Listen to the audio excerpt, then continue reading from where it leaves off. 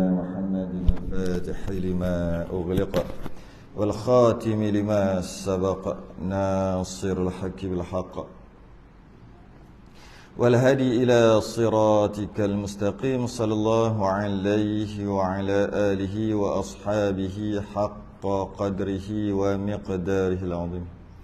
اللهم نور بالكتاب بصري وأتلق بلساني واشرح بصدري واستعمل به جسدي بحولك وقوتك فإنه لا حول ولا قوة إلا بك سبحانك لا علم لنا إلا ما علمتنا إنك أنت العليم الحكيم ولا حول ولا قوة إلا بالله العلي العظيم. أما بعد, Alhamdulillah, kita rafa'kan kesyukuran, rasa terima kasih kita kepada Allah Ta'ala. Alhamdulillah, sambung kitab Badrut Tamam yang membicarakan tentang junjungan Nabi kita Muhammad sallallahu alaihi wasallam, yang mana kita berhenti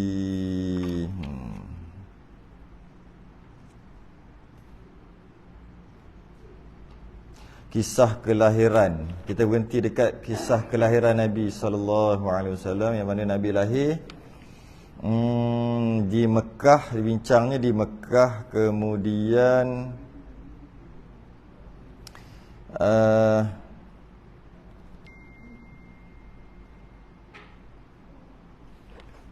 tanda-tandanya, kemudian khilaf ulama berkaitan dengan di mana Nabi dilahirkan. Ada yang kata rumah Muhammad bin Yusuf As-Saqafi, ada kata rumah Syi'ib ataupun dekat lembah ataupun lereng gunung.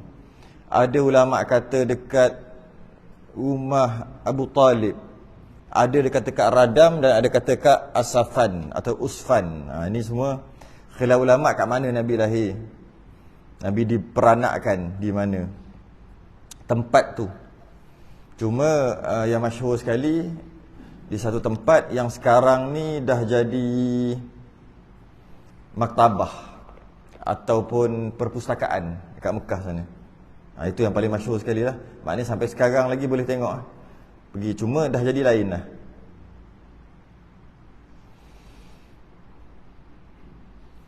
Dah jadi, patutnya dipelihara lah kan, patutnya dipelihara, tapi tak dipelihara pun. Dah jadi perpustakaan. Sambung lagi, kita kisah sambung lagi. Dan turun ia. Dah cerita dah Nabi diperanakkan ni, beranak ni, atau dilahirkan. Kemudian dan turun ia Nabi atas tangan Asy-Syafa'. Siapa Syafa' tu? Iaitu ibu bagi Abdul Rahman bin Auf. Ibu sahabat Nabi Abdul Rahman bin Auf ni, ibu dia. Dialah jadi bidan yang sambut Nabi. Dia jadi bidan yang sambut Nabi. Hal keadaannya mengangkatkan matanya ke langit. Dalam keadaan Nabi mengangkat mata pandang ke atas. Masa bayi tu, lahir-lahir mata tengok ke atas, ke langit. Dan menghantar dua tangannya atas bumi. Dua-dua tangan tu ada kat atas bumi, mata menghadap langit. Macam tu lah, tengok gitu. Ada kata dalam keadaan sujud. Lahir-lahir tu sujud. Hal keadaannya lagi, masa lahir-lahir tu bercelak dua matanya. Mata celak. Dah ada celak, bercelak dua matanya.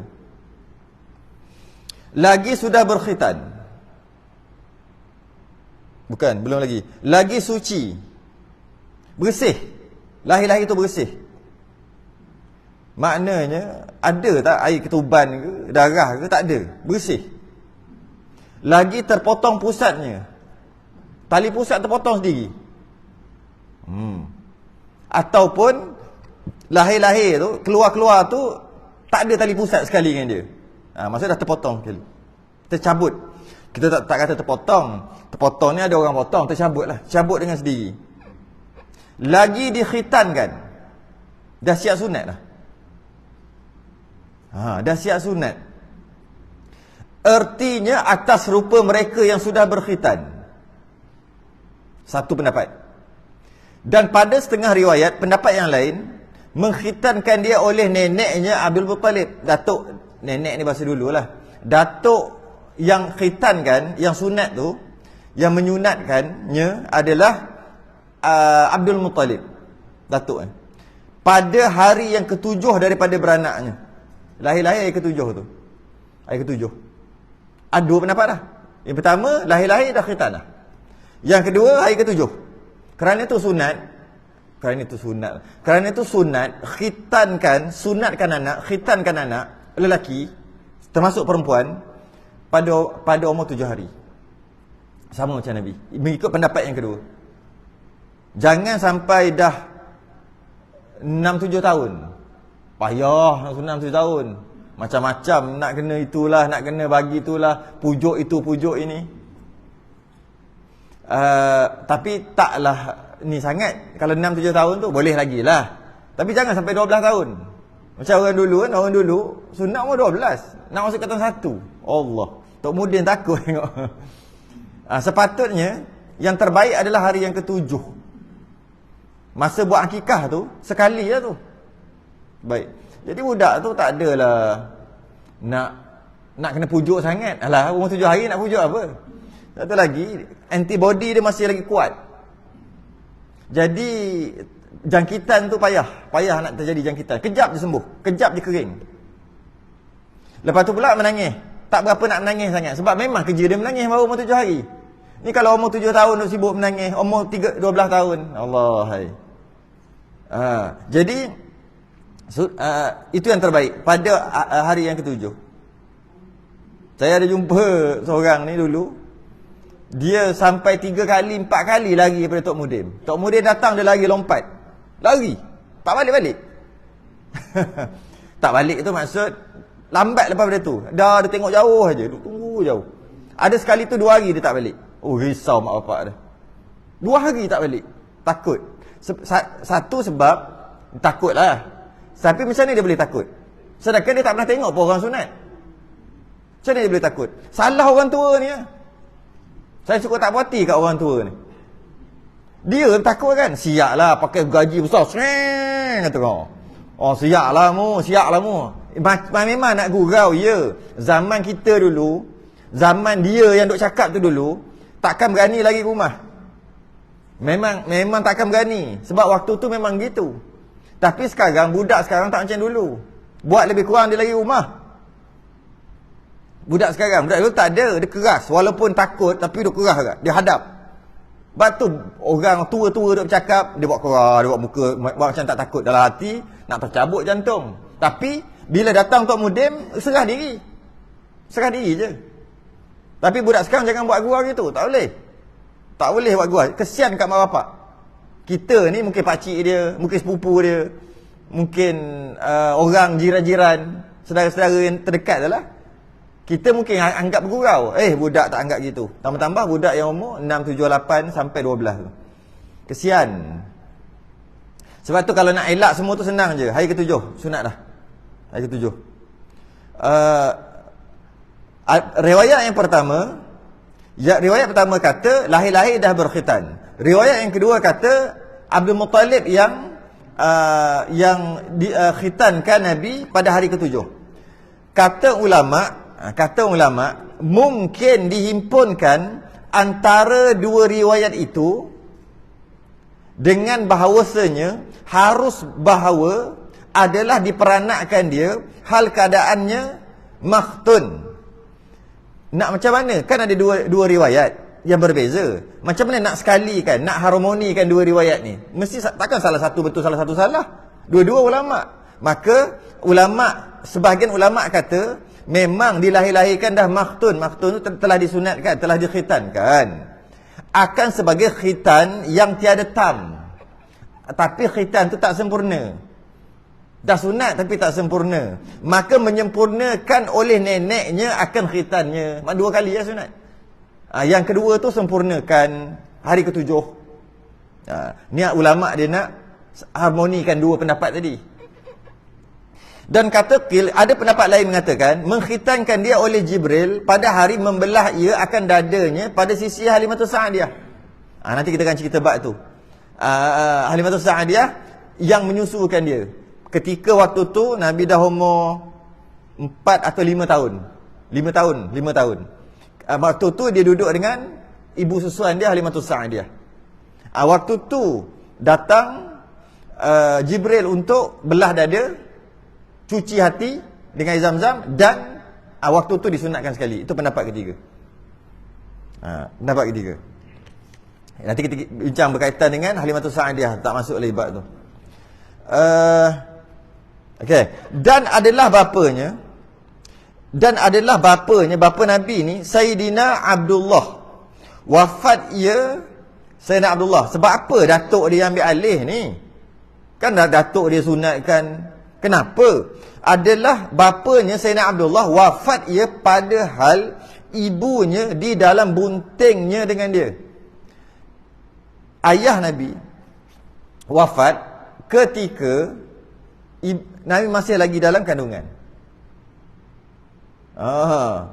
Dan dari kerana inilah adalah yang menamakan bagi Nabi itu dan mengakikahkan baginya, yang namakan Nabi yang akikahkan, kalau ikut pendapat satu lagi yang sunatkan sekali pada hari ke-7 daripada beranaknya itu neneknya Abdul Muttalib. Sebab tu Abdul Muttalib yang ambil alih. Sebab dia memang gitu. Dia apabila kematian seseorang lelaki yang ada anak, maka yang ambil alih itu tanggungjawab adalah ayah si mati. Jika ada lagi lah, ayah si mati yang bertanggungjawab. Dari sudut nafkah, semua ayah si mati. Jika ayah si mati dah tak ada, maka adik-beradik lelaki si mati. Itu dia punya turutan nafkah untuk anak tadi. Ini tidak. Dia lepaskan siapa? Mak tu lah, ibu tu lah. Balu tu, janda tu, kesian dia. Dia pula kena, mudah kita kata, bela anak dia. Memanglah tanggungjawab dia anak dia. Tapi bila kematian suami tu, adik-beradik suami tu, ataupun ayah kepada suami tadi, mereka yang bertanggungjawab tentang nafkah. Kalau tak cukup nafkah dekat anak tadi, tak boleh biar begitu, kena jawab ke nanti. Sebab itulah faraid dapat lelaki 2/3 daripada perempuan 1/3, ataupun 2/3, silap, 2 bahagian lelaki 1 bahagian perempuan. Sebab apa lebih dapat lelaki? Bukan saja dapat lebih tu, sebab ada tanggungjawab. Jika adik-beradik dia meninggal, ada anak belum baligh, tanggungjawab adalah dekat, itulah yang dapat faraid banyak tu. Dan kalau kita tengok sekali kat sini, ayah Nabi SAW, dia ujian pertama yang dia terima adalah kematian ayahnya. Ketika dia belum dilahirkan, dah ada ujian untuk dia dah. Nabi dah terima ujian, sebelum lahir dah terima ujian, iaitu lahir tanpa ayah. Ibu ada tapi tanpa ayah. Hidup dia tanpa kasih sayang seorang ayah kat Mekah. Bila macam tu diserahkan kepada datuknya Syaibah, ataupun nama yang terkenalnya Abdul Muttalib. Nama sebenarnya Syaibah. Waktu tu Syaibah ni kalau kita kata pemerintah tertinggi, Perdana Menteri lah waktu tu Syaibah ni.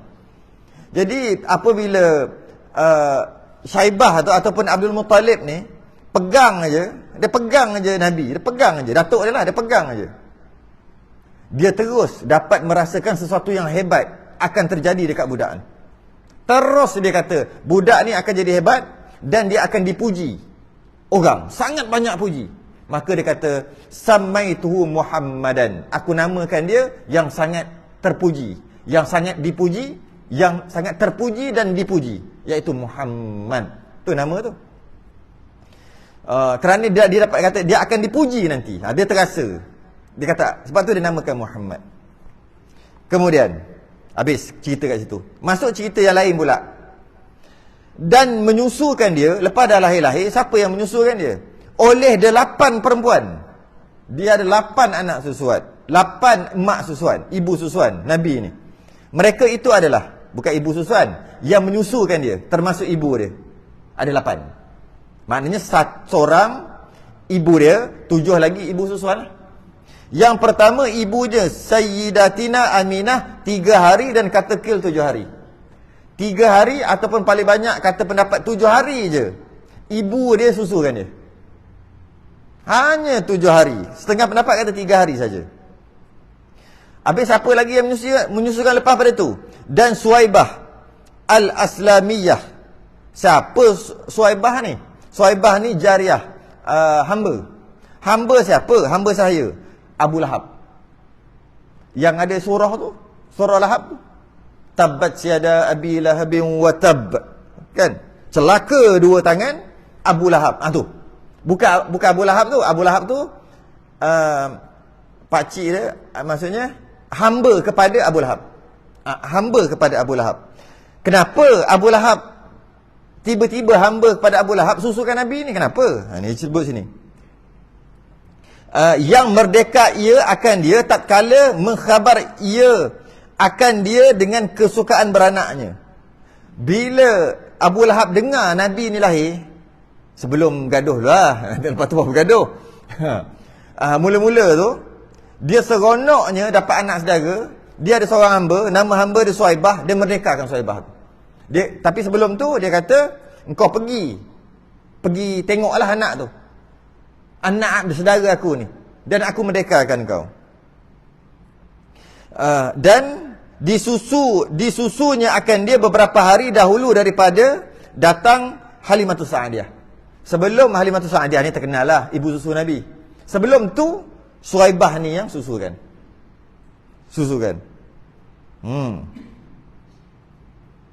Siapa? Dia adalah hamba kepada Abu Lahab. Abu Lahab kan jahat. Ya, tapi gembiranya dia waktu lahir Nabi. Masa tu dia tak tahulah, tak tahu apa lagi. Dia cuma tahu anak saudara lahir, dia sangat seronok. Malah dia merdekakan Suwaibah dan dia suruh Suwaibah tu susukan lah. Maksudnya pergi tolong apa yang patut. 2. Yang ketiga, Khawlah binti Al-Munzir. Dia tak cerita panjang siapa. Yang keempat, Ummu Aiman. Hamba juga ni. Nanti ada sebut Ummu Aiman ni. Ummu Aiman ni bangsa Habsyah, kulit hitam. Ummu Aiman yang diwariskan oleh ayah Nabi, ada hamba, tu warisan tu lah, orang kulit hitam. Yang kelima, satu perempuan bangsa Sa'diyah, juga lain daripada Halimah. Halimatus Sa'diyah, Sa'diyah tu nama bangsa, nama qabilah. Nama qabilah dia Sa'diyah. Jadi Halimah Sa'diyah. Sa'diyah tu bukan nama. Sa'diyah tu macam bangsa, qabilah. Jadi ada seorang daripada bangsa Sa'diyah susukan Nabi juga disebut, dan dia tak cerita panjang bab tu. Yang keenam, dan 3 perempuan. 3 perempuan. Nama tiap-tiap satunya Atikah. Dengan sebab itulah dikatakan dia Ibnul Awatik. Ibnul Awatik. Antara nama Nabi Ibnul Awatik, anak kepada Atikah. Anak kepada 3 Atikah. Maksudnya ada 3 orang yang nama 3-3 Atikah. Perempuan, susukan Nabi. Dan dia tak cerita panjang. Sebenarnya ada cerita panjang ni. Ni cerita dalam kisah Berzanji ada. Berzanji yang kita duk baca tu lah. Tapi kita tak faham kita baca. Kita duk abtadiul imla. Kita duk bunyalah sedap kita punya suara. Tapi tak faham pun. Dia ada cerita dalam tu. Berkaitan dengan Ibnul Awatik. Jadi, dan seorang lagi semestinya. Dan yang terlebih banyak menyusukan dia, yang paling banyak menyusukan dia, Halimah As-Sa'diyah. Maka tatkala takut ia atasnya, mengembalikan ia akan dia kepada ibunya. Ini cerita. Kenapa pula tiba-tiba Halimah As-Sa'diyah takut ni? Okay, nanti dulu. Jadi kalau kita tengok ibu susu Nabi, pertama ibu dia sendiri, kemudian hamba, kemudian ada hamba yang jenis kulit hitam, Kemudian ada bangsa Sa'diyah ni, satu bangsa yang pandai pidato, yang pandai cakap. Bahasa dia tu bahasa original, bahasa baku original. Dan ada macam-macam yang ibu susuan Nabi. Kat sini kita dapat faham, kat sinilah sikap Nabi tu, pengaruh daripada tengoklah ibu susuan dia. Sebab tu dia sangat merendah diri Nabi. Kenapa? Dia menyusu dengan hamba. Maka sifat kehambaan ada kat dia. Dia ada menyusu dengan bangsawan. Maka dia ada sifat jumpa bangsawan, orang dari bangsawan, raja-raja, dia punya karisma keluar. Tapi dengan orang-orang biasa-biasa, dia akan jadi turun seterendah-rendahnya. Jumpa dengan orang-orang yang hamba-hamba, orang-orang miskin, dia jadi sama, seolah-olah sama. Jumpa dengan pembesar, dia jadi macam besar pula. Bila dia berhujah, rasa macam dia punya hujah, Masya Allah. Sebab apa? Sebab tengok ibu susuan dia. Sebab tu lah Allah takdirkan ibu susuan Nabi ni ramai, yang mana kesan daripada susuan tadi tu, itulah jadi sikap Nabi yang sangat terbaik. Cuma kita nak bincang sikit adalah panjang sikit cerita ni, adalah kenapa dia kata dan terlebih banyak menyusukan, yang paling banyak menyusu Nabi adalah Halimatus Sa'diyah. Okey, kita faham. Sebab Halimatus Sa'diyah yang pera Nabi. Maka pertama, macam mana Halimatus Sa'diyah boleh ambil Nabi tu? Tu satu. Sebab dia bukan saudara. Yang kedua, maka tatkala takut ia atasnya, mengembali ia kepada ibunya. Sampai satu tahap Halimatus Sa'diyah takut. Bila takut, dia ambil baliklah Muhammad ni. Tak nak dah lah, tak nak bela dah lah, ambil balik. Kenapa takut? Tu ada kisah dia. Kisah dia agak panjang jugalah. Dulu macam mana boleh jadi tiba-tiba Halimatus Sa'diyah boleh susukan Nabi? Macam mana kisah dia? Kisah dia adalah bermula pada waktu itu di Mekah. Pertama, kat Mekah ni satu bandar yang sibuk, tempat orang-orang kaya duduklah kata. Satu bandar, dekat bandar. Ada juga bandar-bandar yang lain waktu tu. Antaranya Syam pun satu bandar yang orang kaya-kaya duduk, orang peniaga dan sebagainya. Syam ni sekarang ni Syria, Jordan, Lebanon, Palestin. Itulah Syam dulu.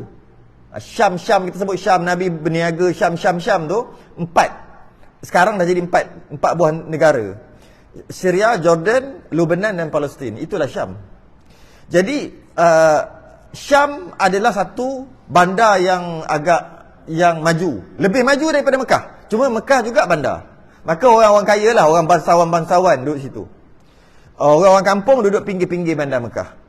Adat orang Arab, bayi dia tak pera sendiri. Adat dia, orang Arab yang kaya-kaya ni lah, orang bangsawan, dia tak memelihara anak mereka sendiri. Sebab dia nak bagi anak tu kuat. Adalah beberapa sebab. Antara sebab lain, dia hantar ke pedalaman anak dia tu. Lahir-lahir hantar terus. Dalam seminggu 2 minggu je pegang, lepas tu hantar terus. Itu memang adat orang Arab. Dia hantar kat pedalaman untuk kebaikan budak tu juga. Sebab dia tahu dekat bandar ni, dia tahu macam mana keadaan dekat bandar ni. Jadi bila dia hantar ke pedalaman, dia dapat kehidupan yang baik, dia dapat environment yang baik, sehat dari sudut udara, lebih sehat daripada kat bandar. Dari sudut samalah macam kita ni, tak tercemar. Dari sudut makanan segar kat kampung kan, bandingkan kat bandar. Dari sudut ketahanan diri, maka dia dapat belajar berkaitan dengan peternakan, pertanian, tunggang kuda. Kat bandar tak ada. Budaya-budaya yang baik masih lagi ada kat kampung. Kat bandar tak ada. Bahasa yang asal dan fasih dekat kampung, asal. Dekat bandar jadi lain lah. Tak ada dah, duk gualu-gualu lah kat bandar. Tak ada dah. Tengoklah budak TikTok bercakap, pening bala, tak faham. Budak WeChat, budak TikTok tak faham apa benda kau bercakap ni. Kan? Jadi bahasa asalnya adalah di kampung lah. Dari sudut makanan, environmentnya, dari sudut pelajaran, dari sudut percampuran masyarakat, semua kampung lebih baik daripada bandar. Dulu pun macam tu, zaman Nabi pun macam tu, zaman sekarang pun macam tu. Zaman sekarang macam tu. Jadi, beberapa minggu selepas kelahiran Nabi, maka nak hantarlah, Nabi samalah. Nak hantar kepada orang. Yang mana waktu tu, dia ada macam mana tau? Dia ada satu kelompok orang pendalaman, tapi taklah pendalaman sangat, dia pinggir bandar. Bila beranak je, katalah ramai, katalah 20-30 orang, dia orang berkumpul, dia orang akan pergi bandar. Sebelum tu dia hantar utusan, dia kata kita orang ni maksud orang kampung ni, perempuan-perempuan yang sedang menyusukan anak, nak pergi bandar. Jadi siapa yang nak serahkan anak, datanglah ke tempat tu. Ada satu tempat. Jadi mereka buat rombongan. Sebab perjalanan tu lama, makan masa berbulan perjalanan.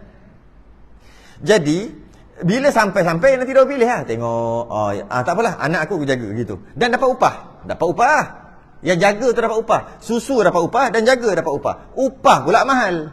Kalau orang kampung nak bagi kepada orang lain anak, Allah kata baik aku jaga sendiri. Tapi kalau orang bandar, dia bayar mahal. Jadi kalau melahirkan anak aja ada susu aja, lepas ni senang hidup kita. Macam tu lebih kurang. Suami dia kata. Jadi lepas pada tu dia pergi. Lepas dah boleh habis pantang lah, kita kata. Habis pantang tu, pergi ke bandar-bandar. Dan pergi tu secara grup. 20, 30, 40, 100 orang. Nanti, bila pergi-pergi, diorang dah tahu dalam perjalanan pergi, diorang akan tunggu yang mana nak serahkan anak. Jadi diorang pilih lah. Nampak muka baik tu diorang tu. Nanti kan anak kita kena dera pula. Waktu tu tak ada dera-dera waktu tu. Okey, tengok, ni macam ni, okey, ni baik ni. Okey, dia bagi. Kau, berapa setahun? Berapa sebulan? Adalah bayaran ni. Jadi, ketika beberapa minggu selepas kelahiran Nabi, diberitakan penduduk Bani Sa'ad akan datang. Sa'adiyah tu lah. Bani Sa'ad akan datang dan dia hidup dekat pinggir kota. Okeylah, taklah pendalaman sangat.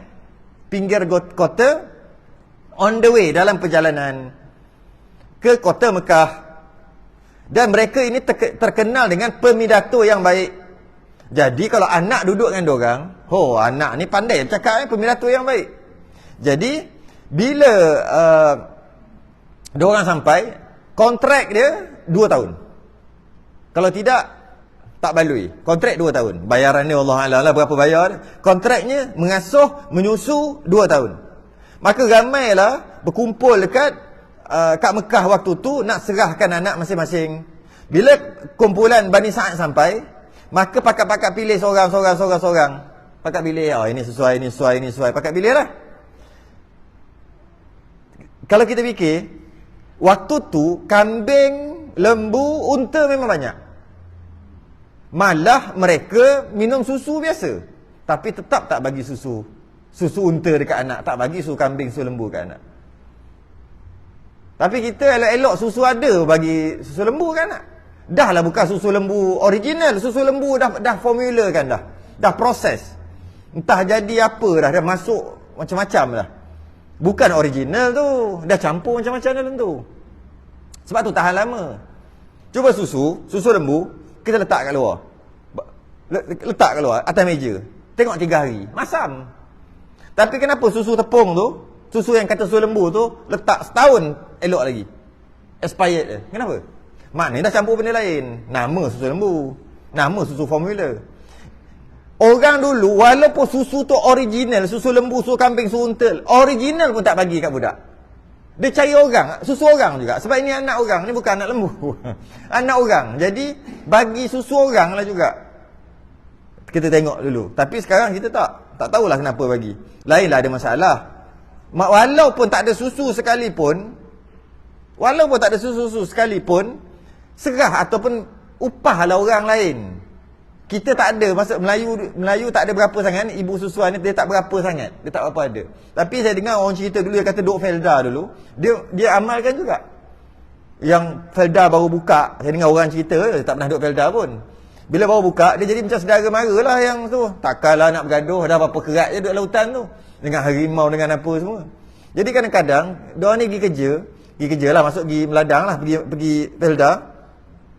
Dekat rumah tinggal anak yang umur 5 tahun, lepas tu ada mungkin umur 10 tahun yang boleh jaga, lepas tu ada baby kada tinggal je.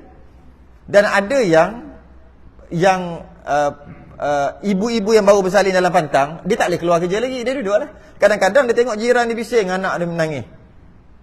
Kakak je umur 10 tahun, adiknya umur 7 tahun, adik yang paling kecil umur 1 tahun contoh. Dua menangis. Takkan nak biar je. Jadi dia bagi susu. Ada dia amalkan lagi lah. Nanti kalau anak aku kalau tak boleh diorang ni tak reti nak buat apa, kau bagilah susu kat anak aku. Macam tu lah lebih kurang. Tapi hati-hati juga. Semua jadi ibu susuan tu takut kahwin adik-beradik kan. Adik-beradik susuan. Ada tak? Tapi kalau kita secara umum kita tak berapa nak amalkan. Tak berapa nak amal. Sepatutnya boleh je. Cari ibu susuan untuk disusukan anak tu. Kemudian akhir sekali semua orang tak nak dekat Nabi. Tak nak ambil jadi ni. Tak dapat kata sepakat. Sebab apa? Nabi ni kan anak yatim. Anak yatim tak lumayan lah bayarannya. Anak yatim tahu dah. Bila anak yatim ni tak lumayan. Jadi orang tak apa. Mungkin dia kata, okey, mana sana anak yatim? Sini anak ada mak ayah. Dia tak tengok lah dekat bayi tu. Kalau dia tengok Nabi mesti nak terus punya. Tengok bayi. Nabi ni daripada kecil orang tengok terus nak pegang. Tapi tak tengok lah. Cuma dia tahu, sana yatim. Sana yatim tak payah tengok lah. Cari yang sini gitu aja. Sehinggalah ada satu pasangan suami isteri, Al-Harith dengan Halimatus Sa'adiyah. Unta dia orang susah. Unta dia kurus sikit. Jadi jalan lambat. Jadi lambat sampai daripada kawan-kawan dia yang tadi, rombongan tadi. Sampai-sampai semua dah balik. Alamak, tak ada. Ada seorang lagi tapi anak yatim. Sana bang. Yatim pun yatim. Kita mari jauh. Dah lah kita, diorang dah start balik dah. Kumpulan kita dah balik dah. Kita baru sampai. Habis takkan kita nak balik tangan kosong? Macam mana? Tak bincang dengan suami dia. Alah, yatim pun yatim lah. Kalau tidak tangan kosong kan. Bila dia pergi tengok je Nabi Halimatus Sa'adiyah, tengok. Tadi tak tengok. Tengok, pegang je. Riwayat kata terus susu Halimatus Sa'adiyah penuh. Bengkak susu terus. Mulalah peristiwa pelik satu demi satu berlaku. Ketika naik unta, dah lah dia lambat sampai sebab unta dia kurus. Unta dia tu slow jalan. Unta kebiasaan boleh jalan 30-40 km sejam. Kalau unta yang laju, yang unta merah tu, unta laju, unta Mercedes punya, BMW punya unta ni, brand power saya tak kerti nak sebut, ada unta merah dia panggil. Kalau brand, kalau kenderaan tu BMW, Mercedes lah. Dia boleh pergi 65 km sejam. Tapi kalau setakat Proton Pro 2 ni, unta jenis tu lah, harga tu 30-40 km je. Unta dia macam kancil. Unta dia 15 km sejam. Jadi sebab tu sampai lambat. Bila balik, Nabi naik je atas unta tu boleh pergi 65 km sejam. Dan dia potong yang tadi tu. Asalnya rombongan tu tinggal dia potong, dia sampai dulu. Selepas automatik sampai rumah Halimatus Sa'adiyah, dia ada kambing, dia ada bela kambing, tapi waktu tu kemarau. Jadi kambing semua kurus. Nabi sampai aja, semua kambing-kambing Halimatus Sa'adiyah buat keluar susu. Dan lepas pada tu, tak lama lepas tu menghijau sekeliling. Orang semua pelik Halimatus Sa'adiyah. Dan anak-anak Halimatus Sa'adiyah makan sikit dah kenyang. Makan sekali dengan Nabi, makan sikit kenyang. Tapi kalau tak makan sekali dengan Nabi, makan banyak pun kenyang, makan biasalah. Ini pun juga berlaku dekat Abu Talib. Anak-anak Abu Talib pun sama juga. Anak Abu Talib ramai-ramai. Anak Abu Talib miskin, anak ramai. Bila makan sekali dengan Nabi, cepat makan sikit dah kenyang. Tahan lama. Tapi kalau tak ada Nabi tak makan ke apa ke, makan macam biasa. Mulalah sedikit demi sedikit keberkatan Halimatus Sa'adiyah tadi. Sehinggalah tamat kontrak 2 tahun. Oleh kerana makin seronok, makin kaya, makin seronok, tak nak lepas lah. Sebelum ni macam tak nak lepas lah. Lepas 2 tahun, dia minta extend kontrak lagi 2 tahun. Lagi 2 tahun, minta lagi 2 tahun. Kemudian, ini yang kata ni. Yang dalam kitab dia kata, maka tatkala takut ia Halimatus Sa'adiyah, takut ia atas Nabi, takut apa kat Nabi? Mengembali ia akan dia kepada ibunya. Dia akan bagi, tak nak dah pegang Nabi. Kenapa tiba-tiba takut? Padahal mula 2 tahun yang pertama, extend lagi 2 tahun. Ada setengah riwayat kata lepas 2 tahun nak extend lagi 2 tahun. Maknanya dah tahun keempat, tahun kelima masih lagi dengan Halimatus Sa'adiyah. Sebab apa? Sebab nampak sangat kelebihan Nabi ada kat situ. Jadi kenapa tiba-tiba kita kata tak mau dah. Tak mau bela dah, tak mau dah. Kenapa? Kerana pada satu hari anak-anak Halimah Sa'diyah ni dengan Nabi main-main lah, budak-budak main lari-lari. Kemudian anak dia seorang ni balik rumah, dia jerit, mak, Muhammad kena bunuh. Oh, menyegap, nak tercabut jantung rasa. Biru, pucat muka. Dah lah anak orang. Sayang pula, dia pun sayang juga, dia sendiri pun sayang. Anak orang lagi. Dah orang tu nak anak, aku nak extend pula. Tak macam tak nak bagi. Maknya berat hati. Siti Aminah berat hati. Bagilah juga. Walaupun berat dia pun dia jaga bagus. Tiba-tiba anak dia kata Muhammad kena bunuh. Mana tak tahu tercabut rasa jantung. Rupa-rupanya maksudnya Jibril datang waktu tu. Jibril datang belah Nabi. Nabi dibelah dadanya beberapa kali. Dia belah dada. Dan ada sekali lagi tu sebelum Isra' Mi'raj, belah dada kat, itu dah besar lah. Nabi dibelah dada pada kecil-kecil lagi. Ada kata pendapat umur waktu tu umur 4 ataupun 5 ataupun 6 tahun. Ada khilaf ulama. Masuk kecil lagi. Malaikat datang, jumpa Nabi, belah dada Nabi, buang gumpalan hitam yang tempat jadi rumah setan dekat hati tu, ataupun kita panggil jantung, tanpa bius. Tak apa lah. Doktor pakar, Doktor Jibril, Doktor Mikael, Doktor Israfil, 3 datang. Tak ada bius. Belah terus keluar jantung. Hati tu, qalbu tu, kita terjemahkan hati. Dia bukan hati, dia jantung. Betul orang dulu panggil jantung hati. Bukan hati yang tapis darah kotor tu. Bukan situ, jantung. Yang sebut qalbu tu jantung. Cuma Melayu kata hati. Tapi dulu Melayu kata jantung hati. Kemudian sekarang baru kata hati. Akhir sekali kita fikir hati-hati itu hati yang proses darah tu lah. Darah kotor tu. Bukan. Jantung. Keluarkan jantung hati Nabi. Belah. Boleh doktor sekarang buat. Lepas tu cakap dekat Dr. Mikael. Pergi ambil air zam-zam. 3 bekas. Tuang. Basuh. Kalau kemudian tutup balik. Tak ada bius, tak ada apa, tak jahit, tutup balik. Tapi ada parut. Ada parut. Bila macam tu, budak-budak ni nampak itu budak-budak kata Muhammad kena bunuh tu. Akhir sekali, tak tahu cari-cari tak jumpa. Akhir sekali balik. Ya Allah balik. Buka baju, ada parut sikit. Nampak ada parut. Itu yang pucat tu. Lepas tak marah. Itu yang pulangkan balik. Lepas tu kita kata. Tapi dia tak cerita lah. Dan terlebih banyak menyusulkan dia Halimah Sa'diyah, maka kalau takut ia atasnya. Takut Halimah Sa'diyah takut atas Nabi, mengembalikan dia bagi balik ia akan Nabi kepada ibunya. Takut ni. Takut lepas ni jadi betul-betul ke apa. Ibu Nabi tak boleh. Tak heran pun, tak kata apalah anak aku, tak ada pun. Sebab ketika dalam kandungan, lagilah banyak berlaku benda pelik. Ketika lahir, yang kita cerita sebelum ni lah, keluar bukan ikut jalan biasa, keluar ikut bawah pusat, terbelah 2, terbelah begitu, tak ada darah, keluar dalam keadaan suci kering. Lagi pelik yang tu. Keluar pula yang kita bincang sebelum ni, cahaya, dia terpaksa ambil, periuk lah mudah kata, tutup. Sebab cahaya, takut orang kata apa. Kalau sekarang boleh kata, ada pampel ke kalau sekarang? Dulu orang nak cakap apa? Dia cahaya macam pampel tu lah, cahaya naik atas tu. Macam-macam lagi benda-benda pelik. Tiba-tiba datang pula burung ada, duduk tenangkan dia burung. Datang pula lelaki yang tiba-tiba, rupa lelaki yang duduk atas udara. Kita baca sebelum ni. Itu lagi pelik. Setakat belah ada parut ni tak pelik lah. Itu lagi pelik.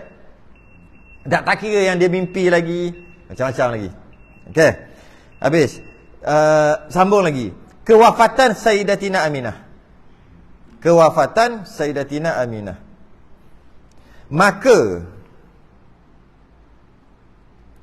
Maka keluar dia oleh ibunya. Maka keluar dengan dia oleh ibunya kepada Madinah kerana ziarah akan beberapa bapa muda. Bapa muda ni bapa saudara, pihak ibunya. Habislah cerita. Bila serah balik kepada mak dia, barulah nak rasa kasih sayang seorang mak. Kasih sayang seorang ayah memang tak boleh rasa dah. Baru nak rasa kasih sayang seorang ibu. Bila dah serah balik, Umur ni ada kata orang 5 tahun 6 tahun area tu lah. Maka keluar dia, seronoklah ibu dia. Ibu dia bawa, yelah semua tak kenal lagi saudara mara. Mestilah kena kenalkan saudara mara, kan duduk dengan orang. Ibunya kepada Madinah, pergi ke area Madinah, waktu tu nama Yathrib lah, kerana ziarah akan beberapa bapa muda. Pergi ziarah pakcik-pakcik pakcik-pakcik. Pihak ibunya daripada Bani An-Najjar. Artinya bapa muda sebelah ibu neneknya Abdul Muttalib. Bapa muda, bapa saudara sebelah ibu neneknya Abdul Muttalib. Maknanya belah ayah lah. Abdul Muttalib tu kan belah ayah, kan datuk belah ayah. Maka bawa pergi jumpa. Oh ni kenal lah, inilah anak saudara. Inilah anak saudara. Inilah anak Abdullah, arwah Abdullah. Gitu aku pergi kenal kan.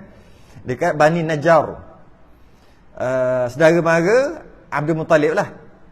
Maka sakit ibunya, tak kala pulang dengan dia baru nak rasa kasih sayang seorang ibu. Sakit pula. Dan wafat ia radhiyallahu anha, wafat ia, meninggal kat situ. Dan ditanam, kita baca dulu lah, jadi kita syarah balik. Dan ditanam pada tempat yang bernama Abwa. On the way, perjalanan balik tu meninggal pula. Baru je berapa, sebulan 2 dapat kasih sayang seorang ibu. Dan adalah umur Nabi pada ketika itu 6 tahun. Atas qaul Ibnu Ishaq, satu pendapat kata 6 tahun. Maka mengasuh ia oleh Ummu Aiman. Ummu Aiman ni siapa? Yang sebut tadi tu lah, yang menyusukan dia tu. Yang bangsa Habsyah, orang kulit hitam Afrika, yang mempusakakan dia oleh Nabi SAW daripada bapanya. Maksudnya hamba bapa dia Abdullah tu lah, bila meninggal dia pusaka. Hamba ni boleh dipusakai kerana hamba ni dimiliki, maka dia boleh dipusakai. Jadi kiranya hamba Nabi lah, hamba Nabi. Dialah yang jaga. Sebab pergi dengan Sayyidatina Aminah tu, pergi tu bawa seorang hamba. Bawa seorang hamba. Pergi jumpa, masa balik tu meninggal, tinggallah dia dengan hamba je, dengan Ummu Aiman. Ummu Aiman ni yang diriwayatkan minum air kencing Nabi setelah jadi Nabi lah, bukan kecil tu. Maka Nabi kata perut Ummu Aiman takkan masuk neraka. Sebab kita dah sebut sebelum ni, apa yang keluar dekat Nabi, dia bukan najis. Dia adalah fudalat, adalah lebihan. Sebab Nabi tak ada najis. Tak ada. Dia Nabi. Tak sama macam kita. Dan menanggung ia akan dia kepada neneknya. Bawa menanggung tu bawa pikul lah. Yalah nak berjalan jauh, tak tahulah berapa jauh perjalanan. Menanggung akan dia kepada neneknya Abdul Muttalib. Bawa nak pergi kat datuk lah. Siapa lagi ada? Bawa pergi kat datuk. Sebab kalau ayah meninggal, ayah pada yang meninggal tu lah, datuk lah, belah ayah. Pada negeri Mekah, bawa pergi Mekah.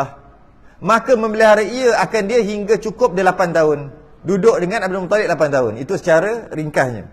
Detailnya, setelah dalam 3 bulan lepas Siti Aminah ambil Nabi, maknanya Nabi dapat hidup dengan ibu dia cuma 3 bulan. Dapat kasih sayang seorang ibu 3 bulan aja. Kemudian bila dia pergi ke melawat saudara mara Bani Najjar dekat Madinah, pergi bersama Ummu Aiman, seorang hamba yang diwarisi oleh ayahnya Abdullah bin Abdul Muttalib. Sikit cerita Ummu Aiman ni. Ummu Aiman ni akhirnya dikahwinkan dengan anak angkat Nabi, Zaid bin Harithah. Hasil perkahwinan ni lahir seorang anak nama Usamah bin Zaid. Terkenal semua tu. Usamah ni Nabi anggap dia cucu lah. Sebab Zaid ni anak angkat Nabi. Zaid bin Harithah ni anak angkat Nabi. Nabi pernah tukar Zaid bin Muhammad, maka turun ayat Quran, tak bagi buat gitu. Zaid bin Harithah tetap Harithah. Sebab kalau letak Zaid bin Muhammad sebab anak angkat, maka dah nasab yang sebenar telah kacau dekat situ. Maka Nabi tukar balik, tak boleh. Sebab tu tak boleh anak ambil anak angkat, boleh, tak boleh letak nama bin gitu. Tak boleh, berdosa. Nabi pernah letak, Kemudian turun ayat mengatakan tak boleh letak. Tak boleh letak. Nabi tak ada anak lelaki yang besar. Semua wafat kecil. Jadi Zaid bin Harithah ni anak angkat Nabi. Nabi kahwinkan dengan Ummu Aiman. Cerita sikit lah. Maknanya Ummu Aiman waktu tu kecil lah masa tu. Sebab Nabi boleh kahwinkan. Masa tu kecil sangat lah Ummu Aiman ni. Berapa tahun apa? Tak sampai belasan tahun je kot. Tak apa, kurang ke 10 tahun kot apa. Kalau tengok pada waktu tu kan. Jadi kenapa ibu Nabi bawa Nabi pergi jumpa saudara mara? Sebab tak pernah jumpa, satu. Kenapa lagi sebab? Sebab nak pergi ke makam suami dia. Makam ayah kepada Nabi. Nak pergi melawat. Dekat Yathrib pada waktu tu. Dalam perjalanan tu lah dia meninggal dekat Abwa' tu. Kita tengok, lepas satu-satu ujian Nabi terima. Lepas satu-satu. Sebab apa? Kalau kita tengok, kaum Nabi sendiri akan tolak apa yang Nabi akan bawa nanti. Risalah yang Nabi akan bawa, kaum dia akan tolak. Maknanya kalau kaum kita ni, geng kita, bangsa kita, waktu dulu, satu kaum tu, dia memanglah, kalau kaum tu dia memang kaum aku, kau jangan buat, boleh perang dengan sebab kacau kaum dia. Memang dulu kuat gitu. Tapi dalam keadaan kaum menjaga kaum, kabilah menjaga kabilah masing-masing, tiba-tiba kabilah Nabi, kaum Nabi tak jaga Nabi, malah dia buang Nabi. Nanti masa Nabi sampaikan Islam kan. Jadi oleh kerana Nabi perlu berhadapan dengan kaum yang buang dia sendiri. Kan dia akhir sekali pergi Madinah. Lepas tu baru kaum dia terima. Kaum tu masuk Quraisy lah. Asalnya Quraisy terima Nabi. Bila Nabi sampaikan Islam kan dia buang. Sampai perang. Akhir sekali Nabi kan kena hijrah. Jadi macam mana orang yang nak dibuang oleh kaum, saudara mara buang, kaum dia buang, semua buang dia. Oi, down sangat. Macam mana nak sediakan manusia yang kuat supaya apabila kaum dia buang nanti dia kuat juga. Maka daripada kecil dia ajar. Daripada kecil baru pertama tak dapat kasih sayang ayah. Tak, bukan manja-manja, nangis-nangis bukannya. Lepas tu baru dapat 3 bulan kasih sayang, baru panggil Umi. 3 bulan baru pandai panggil Umi. Allah tarik. Dia kena keras. Tak ada, dia kena keras orang ni. Orang ni dia kena, Allah sediakan satu sosok tubuh yang nanti ujiannya sangat berat. Sampaikan kaum dia akan tolak dia waktu tu. Alam yajid kayatiman fa'awa. Kami dapati kamu yatim, kemudian fa'awa. Kami yang melindungi kami. Allah yang lindungi Nabi ketika itu. Sebab daripada kecil lagi tak ada. Ibu melindung. Sikit-sikit gaduh, ngadu kat ibu, tak sempat. Ada orang pukul, ngadu kat ayah, tak ada. Tak ada. Siapa yang nak lindungi Nabi? Tak ada lain, Allah saja. Nak bagi. Supaya nanti kalau ada penduduk yang tak terima, malah ada penduduk yang baling batu Nabi sampai berdarah-darah. Memang kisah tu sangat masyhur. Nabi pergi dakwah kena baling batu dengan budak-budak. Jadi kita kalau tengok pada perjalanan hidup Nabi tu, memang Allah nak sediakan satu orang yang sangat kuat dalamannya. Bukan manja, tak manja. Dari sudut dalaman. Ummu Aiman bawa balik Nabi, serah kepada datuknya Syaibah. Duduk dengan datuk Syaibah. Tak lama lepas tu datuk je pula meninggal. Duduk dengan Abu Talib. Abu Talib anak ramai. Tak lama lepas tu Abu Talib pula meninggal. Lepas tu kahwin. Ini secara ringkas, nanti kita cerita balik. Kahwin dengan orang kaya, lega lah sikit. Lepas tu pula meninggal. Akhir sekali Allah hiburkan dengan Isra Mi'raj. Kalau nak tengok, Nabi melihat anaknya sendiri wafat, meninggal. 6 orang, anaknya 7. Seorang je yang Fatimah yang melihat Nabi wafat. Nabi melihat 6 orang. Kenapa? Allah, beratnya. Dah lah mak gitu, mak 3 bulan je dapat, ayah tak dapat rasa, lepas satu-satu kaum dia buang. Dia melihat kematian, kewafatan anaknya sendiri 6 orang daripada kecil-kecil. Kenapa tu? Kerana ni nak jadi Nabi ni. Sebab tu Nabi kuat. Nabi kuat. Kenapa? Apa-apa Allah aja, serah. Serah, ma fi qalbi ghairullah. Dalam hati tak ada melainkan Allah aja. Allah aja. Ala inna awliya Allah la khaufun alaihim wa lahum yahzanun. Dalam hati dia tak ada melainkan Allah aja. Jadi sikit cerita, bukan apa? Sikit cerita, bila Ummu Aiman bawa jumpa datuk dia, hidup senang lah sikit datuk dia. Sebab datuk dia kan orang besar, orang nombor satu. Ketika Abrahah nak serang Kaabah, sebelum dia serang, kan dia tak puas hati dengan Kaabah, ramai pergi sampai maju Kaabah. Abrahah nak serang, dia berhenti kat satu tempat dulu, Wadi Muhassir nama tempat tu. Dia berhenti kat situ, dia hantar spy, bukan hantar spy, dia hantar utusan, suruh jumpa orang paling besar dekat Mekah. Suruh dia keluar Mekah, aku nak cerita dulu sebelum aku serang.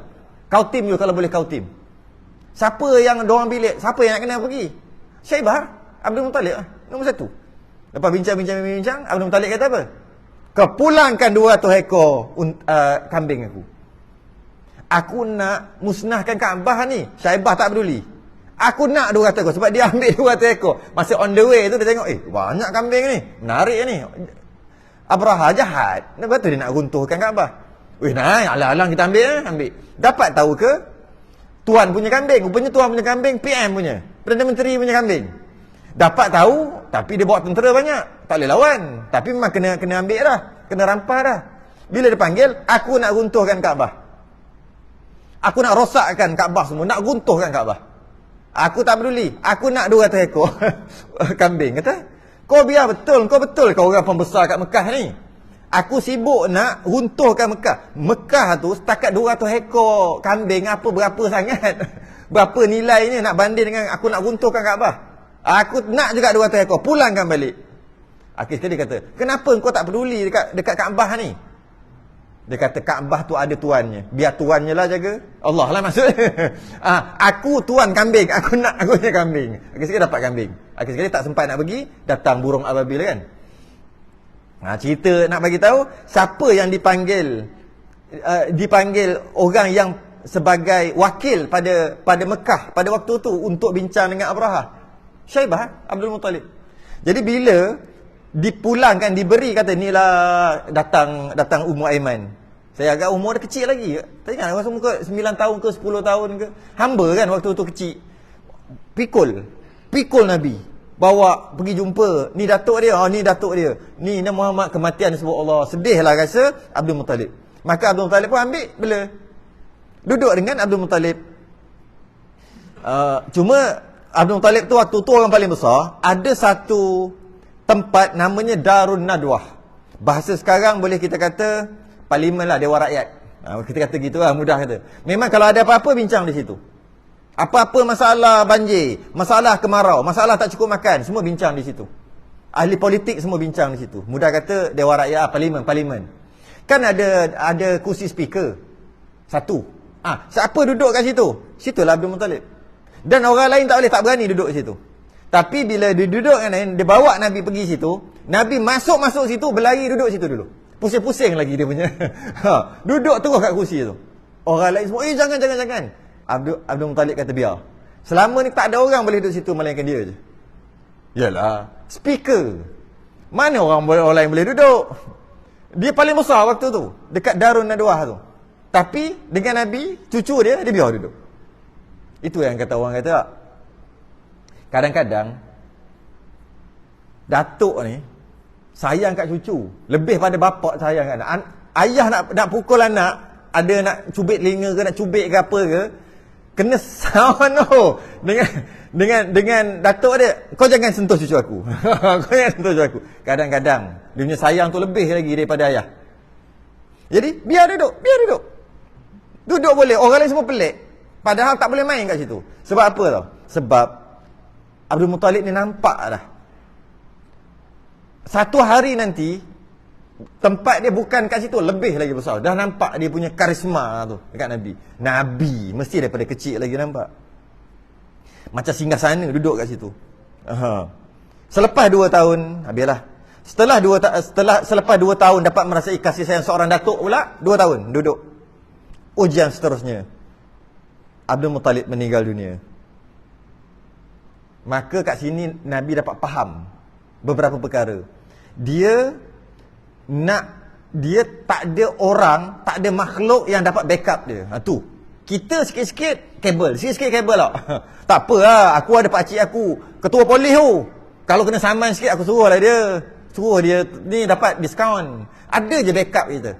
Tak apa, aku ada kawan aku lawyer. Nanti dia lawyer hebat, nanti aku boleh tolong dia lawan boleh menang. Contohlah. Tak apa, ada je kita punya dalam kepala kita nak buat apa-apa, jadi apa-apa kat kita, benda-benda buruk, ada je kita punya kabel, yang mana kabel kita tu makhluk. Maknanya kita bergantung dengan makhluk. Tak salah bergantung dengan makhluk. Memanglah, malah kita makan nasi pun bergantung dengan makhluk. Bukan kita buat padi sendiri. Bukan salah. Cuma kita sentiasa bergantung dengan makhluk. Dalam kepala kita sentiasa bergantung dengan makhluk. Jangan kata salah, tak salah. Kalau tak bergantung dengan makhluk, macam mana kita nak naik kereta, macam mana kita nak duduk ni, semua bukan kita buat, orang buat, bergantung makhluk lah tu. Cuma Nabi ni, bila Nabi dalam kepala dia, dalam hati dia, tak boleh bergantung dengan makhluk. Dia hanya bergantung dengan Allah. Kita murtabak kita sekadar bergantung dengan makhluk lah. Tak kita gitu. Cuba tak ada duit, jalan macam mana? Lembek, masa muka. Cuba ada duit, kan lain macam. Dia jalan. Alah, cerita Piramli tu, apa nama tu? Lepas dapat harta tu, saya kena tukar saya punya jalan. Baru dapat sikit, dah kena tukar jalan dah. Memanglah, bila ada duit, dia lain macam dia rasa dia punya cakap tu. Dia punya nada cakap tu lain. Cuba tak ada duit, lembek je. Kenapa? Kita bergantung dekat makhluk. Bukan salah, memang kita kena bergantung dekat makhluk. Sebab tu martabat kita. Ada orang satu martabat yang tinggi, taklah sampai martabat Nabi, martabat yang tinggi, dia tak bergantung pada makhluk. Ada duit ke tak ada duit, sama je. Sakit ke tak sakit, sama. Tapi payah nak cari. Tapi ada lah awliya Allah, para wali Allah, orang-orang hebat. Dia tak bergantung langsung kat makhluk. Aku peduli apa dia tak gantung. Tak bergantung langsung kepada makhluk. Pergantungan ni hanya pada Allah. Walaupun dia tak bergantung pada makhluk, dia makan nasi juga. Dia makan nasi, makhluk juga tu. Cuma dia kata nasi ini Allah yang bagi. Melalui dia. Melalui orang ni, melalui petani, melalui ini. Kenyang. Bila kenyang, bukan nasi yang mengenyangkan aku. Allah yang mengenyangkan. Melalui nasi itu. Cuma Allah yang mengenyangkan. Allah boleh bagi kenyang walaupun tak makan nasi. Dia sentiasa ada benda tu. Pergantungan dia hanya ke Allah. Kita tak. Kalau tengok nasi macam ni, nyanda apa ni? Dah rasa dah. Padahal belum tentu. Bila tengok Allah nasi sikit, tak cukup ni. Nak makan lagi lah, masak dulu. Nanti kan makan pula, putus molak dia panggil. Potong sting. Tengah makan nak tunggulah nasi itu kering. Jadi tunggu dulu. Kita tengok, kita kata nasi itu yang seolah-olah nasi itu sikit tak cukup kenyang. Betul, kita tak kata nasi itu mengenyangkan. Kita tak kata gitu. Cuma pergantungan kita pada makhluk. Bila kuat pergantungan kita pada makhluk, tak apa, nak macam mana? Nabi tak macam tu. Pergantungannya hanya pada Allah. Sebab daripada kecil lagi, tak ada ayah, nak gantung kat ayah tak ada, nak gantung kat mak tak ada, nak mengadu tak ada, nak bergantung dekat datuk tak ada, dah meninggal, nak bergantung kat siapa-siapa tak ada. Maka tawakalnya bukan dekat pangkat dan keturunan. Sebab pangkat dan keturunan datuk dah tak ada dah. Bukan dekat orang-orang yang besar, orang yang hebat, tidak. Malah bukan dekat harta sekalipun. Sebab dia tak ada harta, orang miskin kan Nabi. Maka pergantungannya hanya untuk Allah. Jadi kenapa hidup Nabi itu keadaan begitu? Kerana nak buat satu persediaan untuk dia. Satu ujian yang sangat besar. Apabila umur 40, terima wahyu, sampaikan wahyu, semua orang reject dia. Keluarga dia reject dia juga. Selama 13 tahun berdakwah, cuma 300 hingga 500 orang je yang beriman. 13 tahun. Nabi wafat 63. Mana ada lagi 10 tahun aja. Maka tak kira, pergantungan hanya pada Allah. Tak kira. Sebab tu Nabi dia orang terakhir hijrah. Kalau dia penakut, dia bergantung dekat makhluk. Sebab ada satu kerajaan yang kita panggil kerajaan Yathrib, kerajaan Madinah, nak lantik Nabi kan. Kalau dengar macam tu, dialah orang pertama hijrah. Tapi kenapa Nabi orang tak akhir hijrah? Sahabat dulu pergi hijrah, Nabi orang tak akhir hijrah. Itu bukan rupa orang takut tu. Orang takut, dapat berita, bahawasanya ada kerajaan yang nak lantik dia, dialah orang pertama pergi. Tapi dia tak, dia suruh sahabat dulu pergi. Sahabat pergi seorang. Dia orang terakhir pergi hijrah. Itu bukan orang takut tu. Tidak, sebab apa? Pergantungannya hanya pada Allah. Relax, hanya pada Allah. Itu Nabi. Jadi kita berhenti dekat kewafatan Abdul Muttalib dan wasiatnya kepada Abi Talib. Abdul Muttalib pun wafat pada Nabi umur 8 tahun. Lepas tu macam mana duduk dengan siapa? Duduk dengan Abu Talib, wasiat daripada ayahnya, iaitu Abdul Muttalib, wasiat. Sedangkan Abu Talib anak ramai. Macam mana tu? Wallahu alam. Sambung akan datang. Tangguh dulu. Sedang tasbih kafarah dan suratul subhanakallah wa hamdik asyhadu an la ilaha illa anta astaghfiruka wa atubu. Bismillahirrahmanirrahim. Wal 'asr. Innal insana lafi khusr illa alladhina amanu wa 'amilus salihati wa tawassaw bil haqqi